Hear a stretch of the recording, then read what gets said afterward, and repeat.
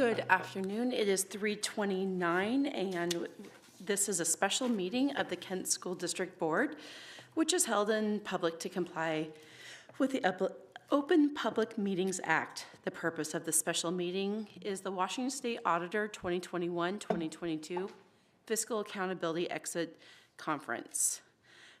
For this meeting, we'll go ahead and take roll. I'll call each board member by name, and if they're present, please just indicate present.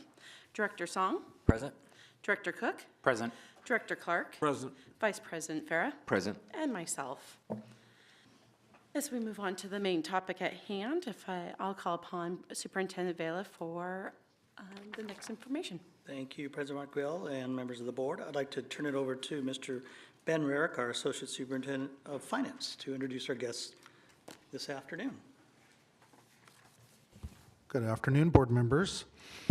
It's my pleasure to introduce our representatives from the State Auditor's Office to close out what is actually an open audit from 2022. And remember, there are different audits that we undergo. This is the accountability audit from 2022.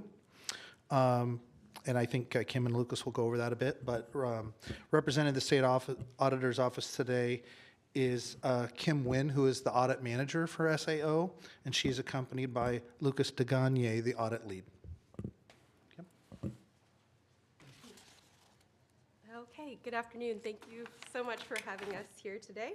As Ben mentioned, we're going over the audit results for the accountability audit for fiscal year 21-22. And so just a little bit about our office. We're an agency of the state of Washington. Our current state auditor is Pat McCarthy. And we believe through working with our partners, the entities which we audit, through our work and with them, we believe we are increasing trust within government. Today, we provide an exit conference packet before this meeting. So we'll go over at a high level during this PowerPoint presentation over a lot of those areas covered within that packet. So at this time, I'm going to turn it over to Lucas to go over the accountability audit results. Thank you, Kim. So for the accountability audit results, again, this is for the audit period of school year September 1st, 2021 through August 31st, 2022. As far as the results of the audit, we noted in all the areas selected, district operations complied in all material respects with applicable state laws, regulations, and its own policies, and provide adequate controls over safeguarding public resources. In short, it means the district got a clean audit for the 2022 accountability audit. In keeping with general auditing practices, we do not examine every transaction, activity, policy, internal control, or area. As a result, no information is provided on areas that we cannot be examined. So this is letting you know, as far as our scope for the audit, we are risk-based auditors. During our audit planning, we identify items that we believe would be at highest risk or items that are required to be reviewed for the audit period, and those are taken for priority. All other items are either left for later years or documented otherwise.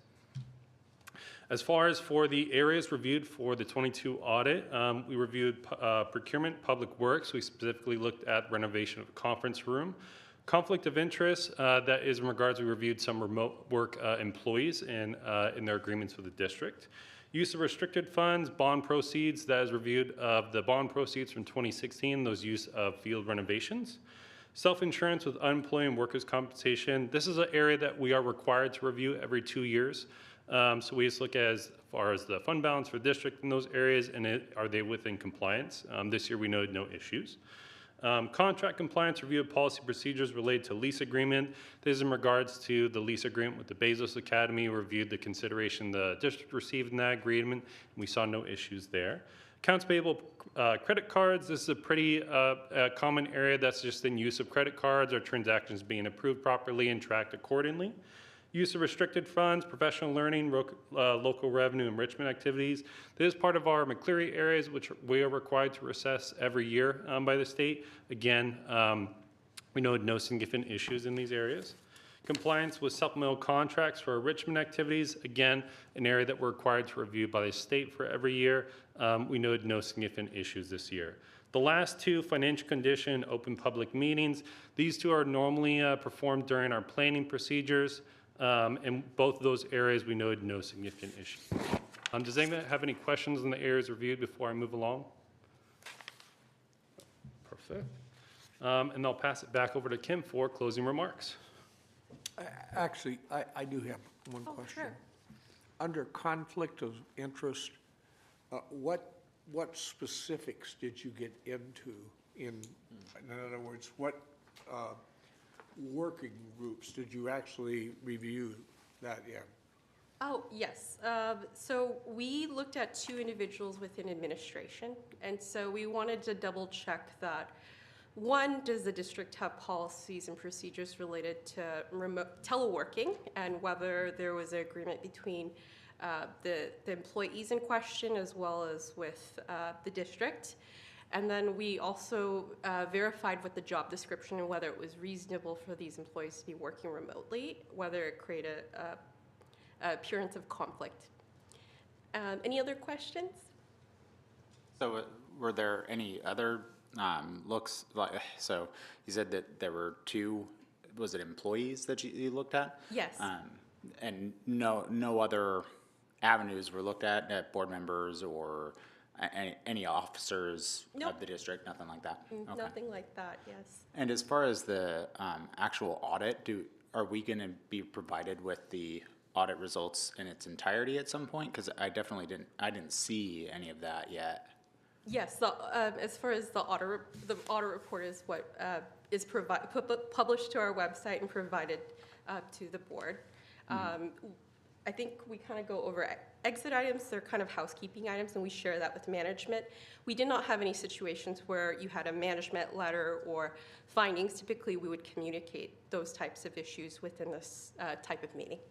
And Oh, okay. Dirk, Oh, sorry. you have it right next to you, the report? Well, yes, there's nothing in here though. I've read through it and it doesn't have, it just talks about what it is they were doing and then I guess a response from the district, but it doesn't have the actual, this isn't the audit. So assume. exit items don't typically, if you don't have a finding, then we don't require a response. Typically, if you have a finding, it's a pretty serious situation. We bring it to attention of the governing body, so that way you could help to remedy it. And that's typically where we would capture any formalized response from the district. Okay, but even like minor things we wouldn't see either? So typically with more minor type of issues, we communicate it. These we encourage you to make actionable changes. We'll follow up in the next audit to see the status. Okay, and so the full audit though will be available on the website at some point or? As far as, I think you're looking for more of the detail as far as Yeah. the nitty gritty of what we reviewed. We can definitely share that information with you. Okay, thank you. Okay, any other questions? Okay. In terms of audit costs, we expect our audit costs to be in line with the original estimate and subsequent amendment to that original engagement letter provided during planning. Our next audit we're anticipating will be January 2025. Just to clarify, we are conducting an audit of fiscal year 22, 23 currently.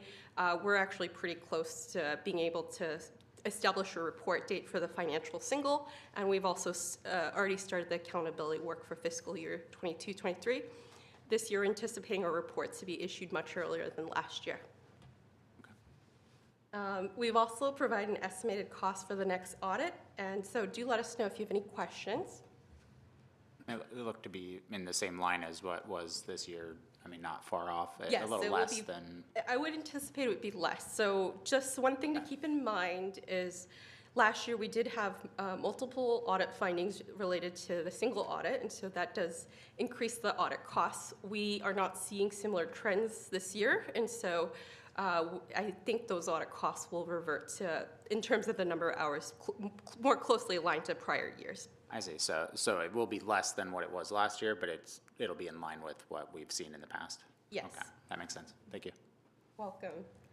In terms of the audit report, we anticipate the audit report will be issued in the next 1 to 2 weeks. You can sign up to receive notifications from our office just to get alerts as far as any changes, that merging issues, and then an alert that the report's been published to our website.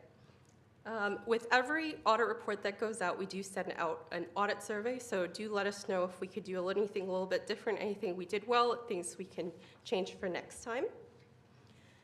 And so we just want to thank district officials and staff, and then especially give out kudos to Amanda Davis, and then as well as Benjamin Rarick for all their assistance throughout the audit. At this time, I'm happy to answer any questions that you might have. Are you able to, like, because when I was going through this, obviously, there weren't any major findings, and it says the things that you went over, but I didn't see like a breakdown, and I guess maybe that's just part of like the full audit that you'll provide later, is that correct? Yeah, we can definitely give you additional detail. You can Okay. let Ben know which areas you specifically want us to provide additional details, and we're happy to connect with you offline. That sounds good. Thank you. Okay, if no other questions, that concludes our presentation. So we thank you so much for being a part of this meeting today. Thank you. Okay, well, it is 3:40 and we are adjourning this special meeting. Thank you.